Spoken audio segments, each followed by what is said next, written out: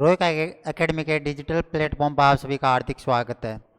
हमारी Rajasthan economic survey 2023-24 की class as की श्रृंखला में हम अपने टॉपिक को कंटिन्यू करते हैं। जैसे हमारा कल का टॉपिक था एग्रीकल्चर एंड अलाइड सेक्टर, कृषि एवं समान क्षेत्र। इसी में हम आगे बढ़ते हैं और देखते हैं।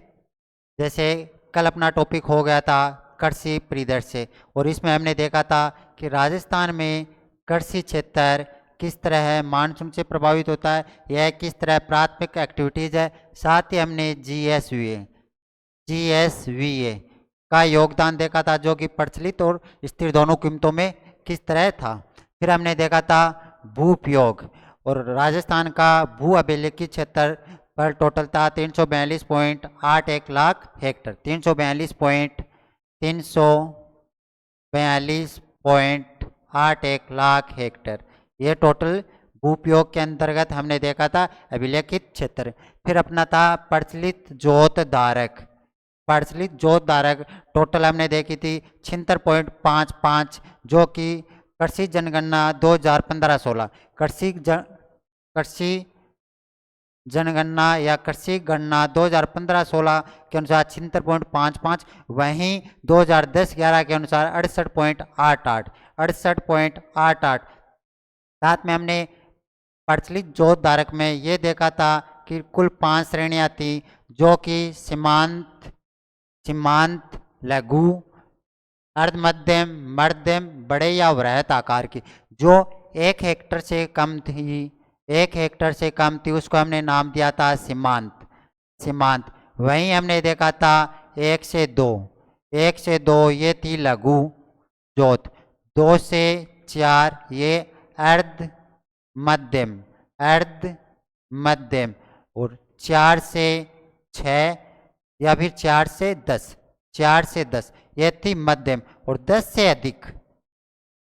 से अधिक ये थी हमारी वृहद या बड़े आकार की भूमि जोतें।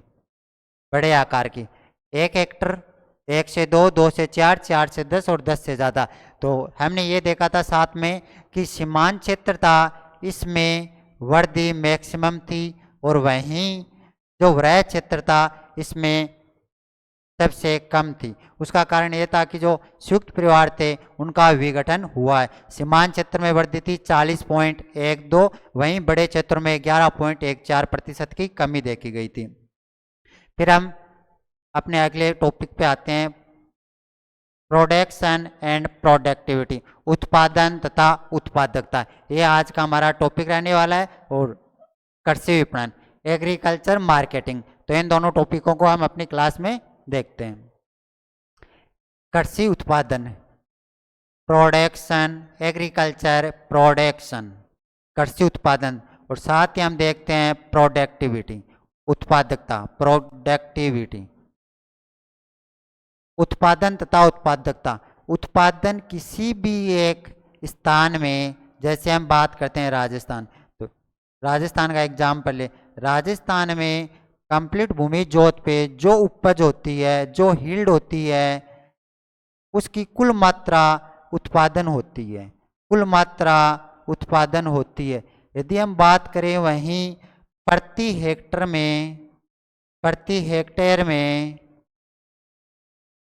हेक्टेयर में उत्पादित उपज की मात्रा उत्पादकता कहलाती है। तो ये प्रति हेक्टेयर में उत्पादित जो उपज होती है वो उत्पादकता है, तथा कंप्लीट उपज है वो उत्पादन या प्रोडक्शन कहलाती है। तो कृषि उत्पादन या एग्रीकल्चर प्रोडक्शन के रिगार्डिंग अपना क्वेश्चन देखते हैं।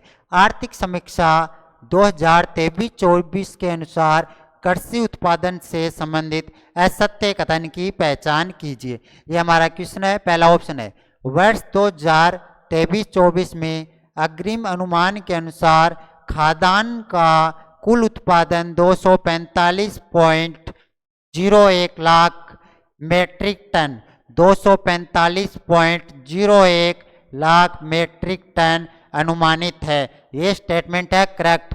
और इसमें कमी कितनी देखी गई है? 3.08, क्योंकि ये पहले था 252.80, गत वर्ष में था 252.80, वहीं वर्तमान में 245.01 है, तो इसमें कमी देखी गई है 3.08%। दूसरा स्टेटमेंट है वर्ष 2023-24 में खरीफ खाद्यान्न में उत्पादन टोटल 89.83 89.83 लाख मीट्रिक टन होने की संभावना है, तो इसमें कमी है 18.04। टोटल उत्पादन 89.83 है, वहीं इसमें कमी 18.04, क्योंकि ये पहले था 109.60 109.60 लाख मीट्रिक टन से वर्तमान में यह 89.83 है, तो इसमें कमी है 18.04। तीसरा स्टेटमेंट है रबी खाद्यान्न के रिगार्डिंग, जिसमें कुल उत्पादन अनुमानित है 155.81 lakh metric tonne 155.81 lakh metric tonne, और इसमें वृद्धि है 8.37 ये पहले था 91.88 लाख मीट्रिक टन। हमने यहाँ पे देखा कि कुल खाद्यान्न में और खरीफ खाद्यान्न में इन दोनों में कमी देखी गई है, वहीं रबी खाद्यान्न में हमें यहाँ पे ग्रोथ रेट देखने को मिली है जो कि 8.37 है। तो हमारा यहाँ कथन पूछा गया था असत्य, जब ये तीनों स्टेटमेंट है करेक्ट, तो अपना आंसर हो जाता है ऑप्शन नंबर 4। फिर बढ़ते हैं अगले क्वेश्चन की ओर। विभिन्न कृषि फसलों के रिगार्डिंग, विभिन्न कृषि फसलों के उत्पादन के रिगार्डिंग राजस्थान का कौन सा स्थान है, कि कौन सी फसल के उत्पादन में राजस्थान का फर्स्ट स्थान है, किस में सेकंड है तथा किस में थर्ड है, उसके रिगार्डिंग ये क्वेश्चन है, जिसमें हमें सत्य कथन की पहचान करनी है। बाजरा, सरसों, कुल तिलहन, गवार। बाजरा, सरसों, कुल तिलहन, गवार में राजस्थान का फर्स्ट स्थान है। बाजरा, सरसों, कुल तिलहन, गवार, इसमें है प्रथम स्थान। वहीं पोषक अनाज तथा मूंगफली, पोषक अनाज तथा मूंगफली में राजस्थान का स्थान है सेकंड। पोषक अनाज मूंगफली में सेकंड, तथा कुल दलहन, चना, जवार, सोयाबीन, कुल दलहन, जवार, सोयाबीन, चना, इनमें राजस्थान का स्थान है थर्ड। तो यहाँ पे ये तीनों स्टेटमेंट है करेक्ट, तो अपना आंसर हो जाता है ऑप्शन नंबर 4। बाजरा, सरसों, कुल तिलहन तथा गवार में प्रथम स्थान है, वहीं पोषक अनाज मूंगफली में सेकंड स्थान है, कुल दलहन, चना, जवार, सोयाबीन में थर्ड स्थान है। फिर अपना अगला टॉपिक है कृषि विपणन, एग्रीकल्चर मार्केटिंग। एग्रीकल्चर मार्केटिंग, और इसी के लिए राजस्थान में कृषि विपणन निदेशालय की स्थापना की गई थी, जो कि 1974 में की गई थी। कृषि विपणन निदेशालय की स्थापना 1974 में की थी। पहले ये देखते हैं कि हम एग्रीकल्चर मार्केटिंग है, इसकी आवश्यकता क्यों पड़ी या इसकी आवश्यकता है क्यों। एग्रीकल्चर मार्केटिंग है, विपणन है, उसकी आवश्यकता क्यों है। कृषकों को उनकी उपज का, कृषकों को उनकी उपज का उचित मूल्य, फेयर प्राइस, उचित मूल्य प्राप्त हो। कृषकों को उनकी उपज का उचित मूल्य प्राप्त हो, इसलिए एग्रीकल्चर मार्केटिंग। दूसरा पॉइंट हम देखते हैं कि कृषकों को उनकी फसल के लिए या मार्केटिंग के लिए या फिर विपणन के लिए उचित मंच प्राप्त हो। वो अपनी जो भी उपज होती है उसको एक निर्धारित समय सीमा में या निर्धारित एक प्राइस के साथ उचित स्थान पे उसको बेच पाए। तीसरा पॉइंट हम इसमें देखते हैं मंडियों के रिगार्डिंग, जिसमें इनका नियामक या फिर प्रबंधन। एग्रीकल्चर मार्केटिंग में कृषकों को उनकी उपज का उचित मूल्य, विपणन के लिए उचित मंच प्राप्त हो, मंडियों का नियामकीय प्रबंधन किया जा सके, इसलिए एग्रीकल्चर मार्केटिंग की आवश्यकता होती है और ये अपने इकोनॉमिक सर्वे 2023-24 में मेंशन भी है। और कृषि विपणन निदेशालय की स्थापना 1974 में, कृषि विपणन निदेशालय की स्थापना 1974 में। फिर आप देखते हैं कुछ योजनाएं, कुछ कोर्स, कुछ नीति, कुछ स्कीम्स होती, कुछ फंड्स है, कुछ पॉलिसीज है जो कि राजस्थान में कृषि विपणन के रिगार्डिंग सरकार द्वारा बनाई गई। तो इसमें हम पहला देखते हैं राजीव गांधी कृषक साथी सहायता योजना। राजीव गांधी कृषक साथी सहायता योजना जिसका प्रारंभ 2009 से हुआ है, जिसका प्रारंभ 2009 से हुआ है। राजीव गांधी कृषक साथी सहायता योजना प्रारंभ 2009 में। यदि कार्यस्थल पर वर्क प्लेस पे किसी की डेथ हो जाती है तो उसको 2 लाख रुपए की सहायता की जाती है। यदि किसी की कार्यस्थल पर मृत्यु हो जाती है उस स्थिति में 2 लाख रुपए की सहायता की जाती है। कृषि विपणन सहित एग्रीकल्चर मार्केटिंग के साथ साथ यदि कोई कृषि कार्य के दौरान दुर्घटना के मामले में कृषकों, खेतीहर मजदूरों तथा हमालों को वित्तीय सहायता, फाइनेंशियल हेल्प के रिगार्डिंग राजीव गांधी कृषक साथी योजना जो कि 2009 में प्रारंभ की गई थी। दूसरी योजना है किसान कलेवा योजना, प्रारंभ जनवरी 2014 से, जनवरी 2014 से। जो किसान अपनी उपज को मार्केटिंग के लिए मंडियों तक लेकर आते हैं उन्हें एक अनुदानित दर पर या फिर 5 रुपए में क्वालिटी युक्त भोजन, गुणवत्तापूर्ण भोजन उपलब्ध हो जाए, इसके लिए किसान कलेवा योजना शुरू की गई है जो कि सुपर ए तथा सुपर ब श्रेणी की कृषि उपज मंडियों एवं राज्य के अन्य सभी वित्तीय रूप से व्यवहार्य मंडियों जिसमें फल और सब्जी मंडियों के यार्डों को शामिल नहीं किया गया है तो 5 रुपए में या फिर अनुदानित दर पर किसानों को कलेवा प्राप्त हो सकते हैं या फिर गुणवत्तापूर्ण भोजन उपलब्ध हो सकते हैं। इसलिए 2014 में किसान कलेवा योजना की शुरुआत की गई थी। फिर अपना नेक्स्ट है महात्मा ज्योतिबा फुले मंडी श्रमिक कल्याण योजना। महात्मा ज्योतिबा फुले मंडी श्रमिक कल्याण योजना, और इसमें हम 5 बिंदुओं को शामिल करते हैं जिसमें प्रसूति सहायता, विवाह के लिए सहायता, छात्रवृत्ति या फिर इसी को दूसरे रूप में मेधावी छात्र पुरस्कार योजना, चिकित्सा सहायता, पितृत्व अवकाश। प्रसूति सहायता 45 दिन की मजदूरी के समतुल्य जिसमें अकुशल श्रमिक, अकुशल श्रमिक के लिए निर्धारित मजदूरी, अकुशल श्रमिक के लिए जो निर्धारित मजदूरी होती है वह 45 दिन की मजदूरी के समतुल्य राशि प्रसूति सहायता के तहत दी जाती है।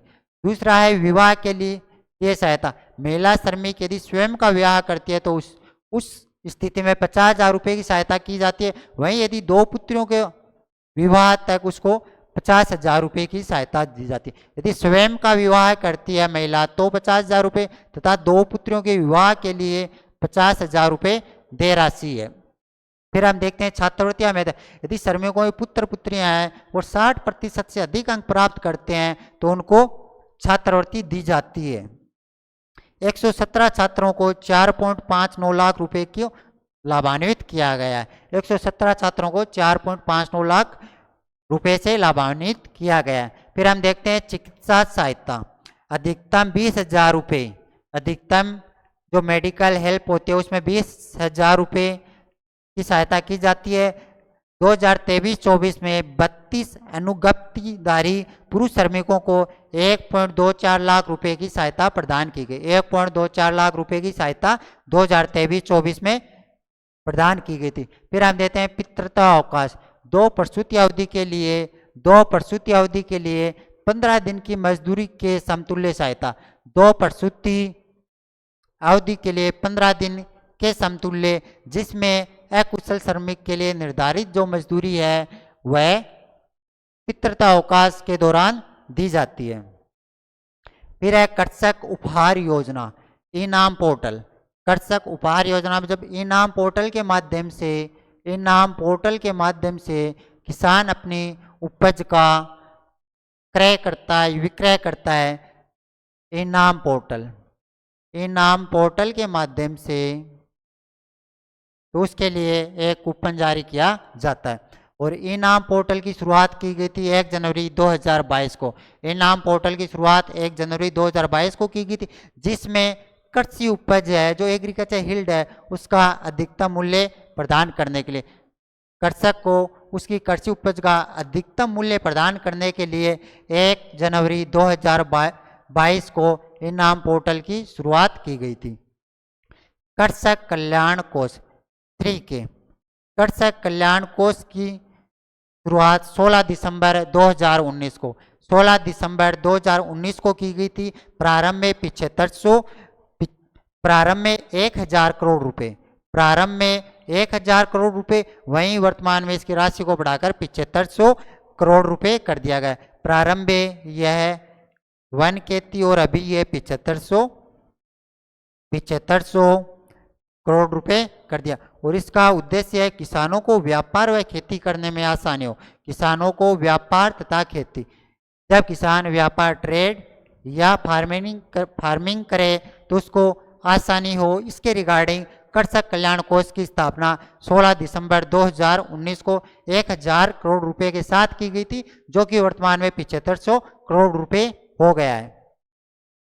राजस्थान कृषि प्रसंस्करण, राजस्थान कृषि प्रसंस्करण, कृषि व्यवसाय, कृषि निर्यात। राजस्थान कृषि प्रसंस्करण, कृषि व्यवसाय एवं कृषि निर्यात प्रोत्साहन नीति 12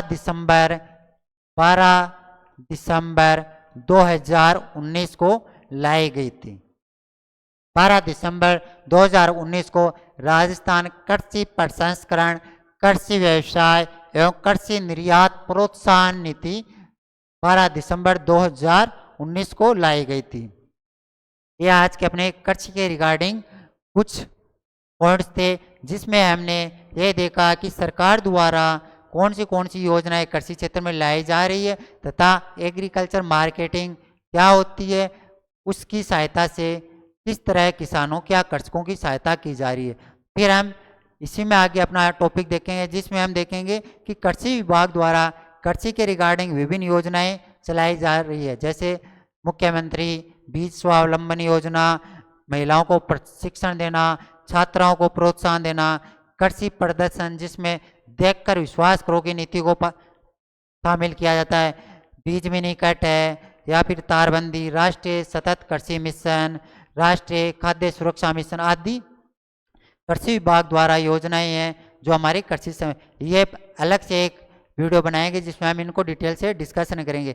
एक इसमें टॉपिक है जिसमें हम ये देखते हैं कृषि जलवायु प्रदेश, जो कि टोटल 10 कृषि जलवायु प्रदेश हैं, उसको हम अलग से देखेंगे। जो आरएस प्रीलिम्स के सिलेबस में फसलें दे रखे, गेहूं, मक्का, जौ, गन्ना, बाजरा, गेहूं, मक्का, जौ, कपास, गन्ना, बाजरा, इनके रिगार्डिंग कृषि जलवायु प्रदेश जो 10 है total, first A, first B, first C, second A, second B, third A, third B, fourth A, fourth B और ये फिफ्थ, टोटल 10 कृषि जलवायु प्रदेश है।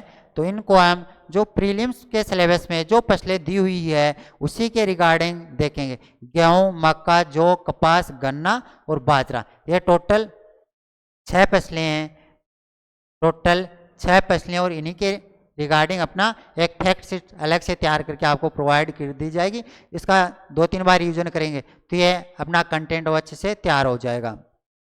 आगे की कक्षा में हम जो डिस्कशन करेंगे या अपना डिस्कशन का जो बिंदु रहेगा वो रहने वाला है जल संसाधन, भूजल, वाटर रिसोर्सेज, जिसमें हम ज्योग्राफी के जो बेसिक से रिवर्स वाले या जो लेक्स वाले टॉपिक है उसको भी शामिल करेंगे। Thank you for watching. आज की कक्षा को हम यहीं पे अपना विराम देते हैं और आगामी कक्षा में जल्दी ही मिलते हैं। आपका जो भी सुझाव हो आप कमेंट बॉक्स में जरूर दें। Thank you.